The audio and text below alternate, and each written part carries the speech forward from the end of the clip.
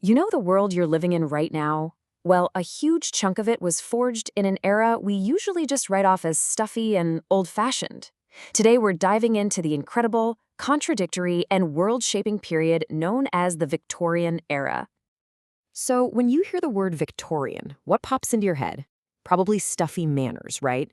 Really strict rules, a world that seems kind of trapped in those old black and white photos. And look, it's an easy stereotype to fall for. But what if I told you that's only half the story? What if, beneath that reputation, there was an age of explosive, world-altering change? An era of revolution that didn't just hint at the future, it literally built the foundations of our world today. Okay, so let's get our bearings. We're talking about the 63-year reign of Queen Victoria. And the most important thing to get about this time is that it was defined by intense and often really contradictory transformation. So let's break that down into three key revolutions. First up, the revolution in minds and machines. This was a scientific and technological explosion that just completely rewrote the rules of reality. Just look at the sheer pace of innovation here. I mean, think about it. Within a single lifetime, the world went from the telegraph in 1837, communicating at the speed of electricity, to the telephone in 1876, sending a human voice instantly across miles. We figured out how to capture reality with photography. Darwin's On the Origin of Species in '59 fundamentally changed how we saw life itself. And by 1882, we were starting to conquer the night with electric lights. And the impact of all this was just profound. The world literally shrank.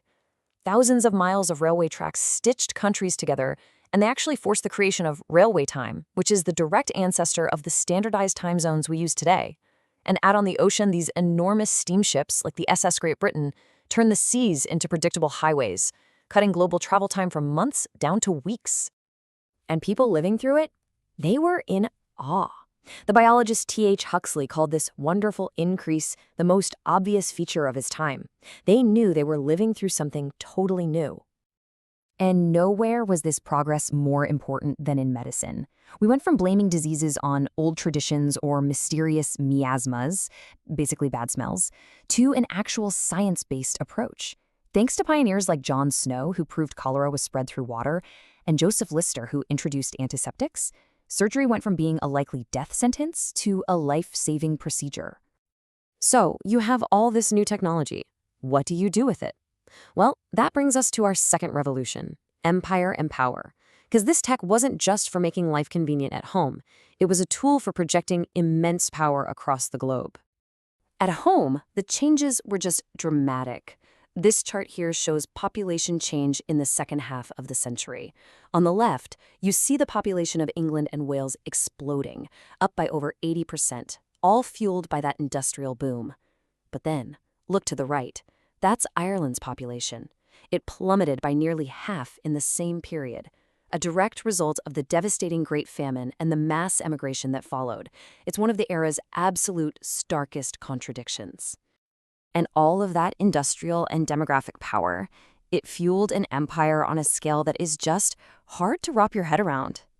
At its peak, the British Empire covered almost 1/4 of the world's entire land area, the largest empire in all of human history. Now, this dominance was held up by a strategic idea known as the Pax Britannica, or British peace. The basic idea was that Britain's navy and its industrial might were so unrivaled that they could maintain a kind of global stability, preventing major wars between the big powers and keeping the seas open for trade. And back home, politics was pretty much dominated by two parties and two absolute giants. You had the Liberals, often led by William Gladstone, who were focused on gradual social and political reform. And then you had the Conservatives, famously led by Benjamin Disraeli, who were much more focused on strengthening Britain's imperial power on the world stage. So, we've seen the tech and the political shifts. But what about the people? How did all this change how they actually lived their lives? Well, this brings us to our third revolution, society and morality. This quote is just fascinating. The historian Harold Perkin argues that in just a couple of generations, the entire national character did a complete 180. The rowdy, brutal world of the 18th century just gave way to the famously prudish and orderly society we now associate with the Victorians. And at the heart of this new morality, at least for the growing middle class, was this idea of separate spheres. The man's place was out in the harsh public world of work and politics. The woman's role was to be the angel in the house, managing the private domestic sphere and acting as the family's moral compass. But, and this is a huge but, that ideal was a whole world away from the reality for the millions of people pouring into the new industrial cities. They were crammed into these awful slums with zero sanitation.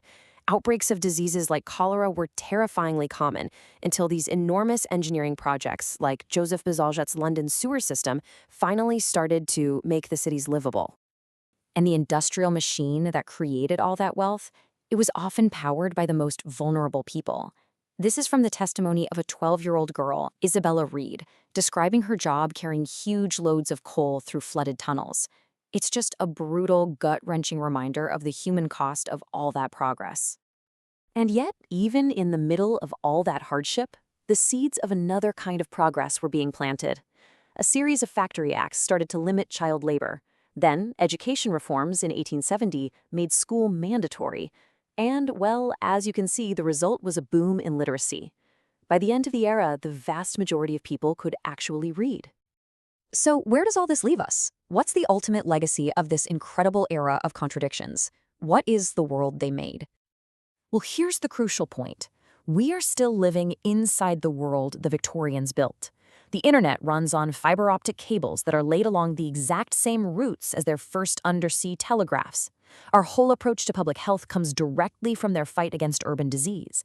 And the very rhythm of modern life, the suburb, the office, the daily commute by train, all of it was born in this era.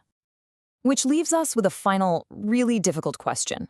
The Victorians gave us scientific medicine, but also brutal child labor. They built a global empire, but also oversaw devastating famines. They constructed the very framework of our modern existence. The question is, should we thank them for it?